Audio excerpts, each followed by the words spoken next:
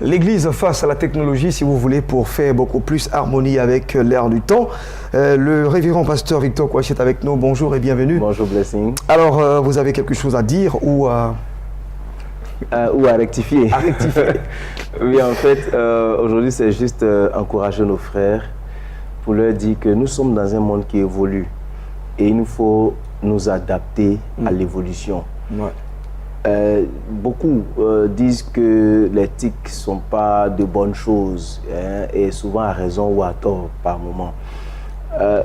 Comme je disais une fois à quelqu'un, un couteau il peut être bon dans la main de quelqu'un ou mauvais dans la main de la personne. Ouais. Ça dépend de celui qui utilise et l'esprit qui accompagne notre utilisation, on dirait la motivation. Aujourd'hui, est-ce que l'Église doit s'adapter au progrès d'éthique, scientifique ou numérique? Moi, je dirais oui, parce que nous en avons besoin pour que l'Évangile puisse aller plus loin. Si l'Église se met en marge de cette évolution, malheureusement, on sera confronté à, on dira, à une séparation d'avec l'évolution du monde. Ouais. Il y a des gens qui ont dit, oh, le téléphone. Il y en a qui disaient, c'est la télépathie, ça, c'est pas une bonne chose. Mais aujourd'hui, ceux qui ont dit que c'était la télépathie, qui ont associé ça à la sorcellerie, utilisent le téléphone. Donc, c'est un besoin auquel des gens ont répondu pour que nous soyons beaucoup plus efficaces. Alors, il faut que les gens ouvrent les yeux. Tout n'est pas mauvais. Ça dépend de comment on utilise.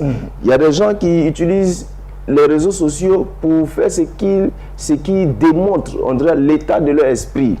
Nous sommes chrétiens, nous utilisons les réseaux sociaux pour pouvoir exprimer ce que nous ressentons et exprimer aussi Jésus-Christ. Alors, est-ce que c'est bon?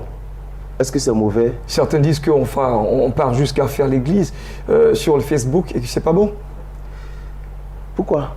On arrive à trouver des gens qui disent Facebook n'est pas une plateforme pour faire des églises. Si vous êtes appelé par Dieu, allez et cherchez les âmes, allez-y dans un endroit précis. Certains disent qu'il ne faut pas regarder la télé, qu'il ne faut pas faire ça, juste pour paraître spirituel. Parce qu'aujourd'hui, paraître, vous avez dit? Oui, paraître spirituel, oui. Parce qu'aujourd'hui, malheureusement, les gens se mettent dans un cocon de spiritualité, enfin de religiosité qui n'a rien à voir avec la spiritualité. Non. Je dis souvent aux gens, ils sont religieusement corrects et spirituellement incorrects. Le Seigneur ne nous a pas interdit d'utiliser les choses de notre temps. Sinon, on ne porterait pas de costume de toutes les façons. Au temps de Jésus, c'était des robes qu'il portait peut-être.